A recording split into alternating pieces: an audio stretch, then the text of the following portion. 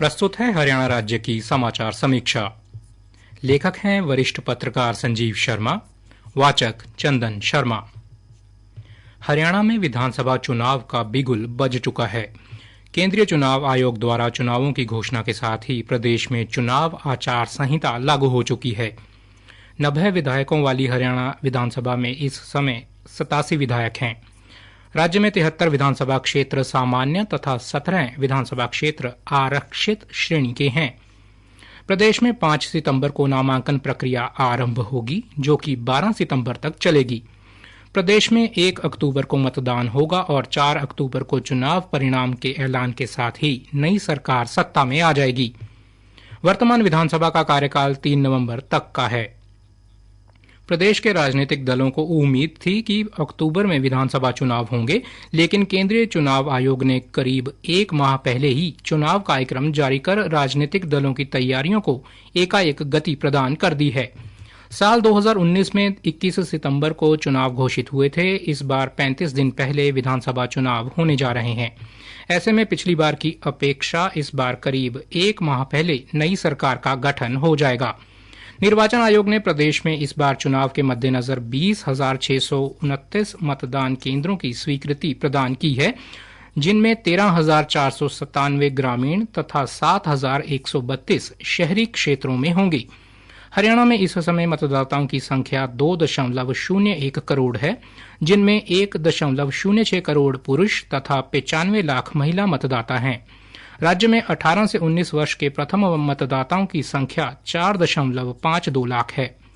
प्रदेश में 10,321 मतदाता ऐसे हैं जिनकी उम्र 100 साल से अधिक है। निर्वाचन आयोग के साथ साथ प्रदेश के राजनीतिक दलों भी चुनावी तैयारियों के अंतिम रूप देने में जुट गए हैं।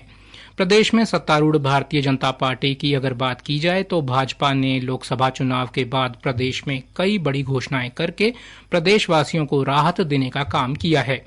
मुख्यमंत्री नायब सिंह सैनी के अल्प अवधि कार्यकाल की खास बात ये रही कि मुख्यमंत्री ने घोषणाएं करने के अलावा उन्हें धरातल पर लागू करवाने के लिए अधिसूचनाएं जारी करवाने पर भी जोर दिया है।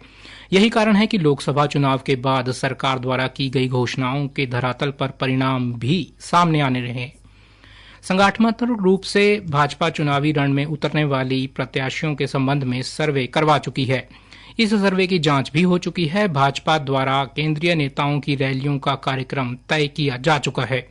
दूसरी तरफ विपक्षी दल कांग्रेस द्वारा प्रदेश के सभी 90 विधानसभा हलकों से चुनाव लड़ने के चाहवानों से आवेदन लेने की प्रक्रिया पूरी हो चुकी है। कांग्रेस के पास कुल 2,556 आवेदन आए हैं। कांग्रेस नेता दीपेंद्र हुड्डा, कुमारी सैलजा व रणदीप सुरजेवाल द्वारा प्रदेश में रैलियों का आयोजन किया जा रहा है। कांग्रेस राज्य में राहुल गांधी तथा मल्लिकार्जुन खड़गे की रथ यात्रा के आयोजन का ऐलान कर चुकी है। 4.5 साल तक बीजेपी के साथ गठबंधन में सत्ता की हिस्सेदार रही जननायक जनता पार्टी लोकसभा में अच्छा प्रदर्शन नहीं कर पाई, लेकिन जेजेपी नेता दुष्यंत चौटाला विधानसभा चुनाव लड़ने का ऐलान कर चुके हैं।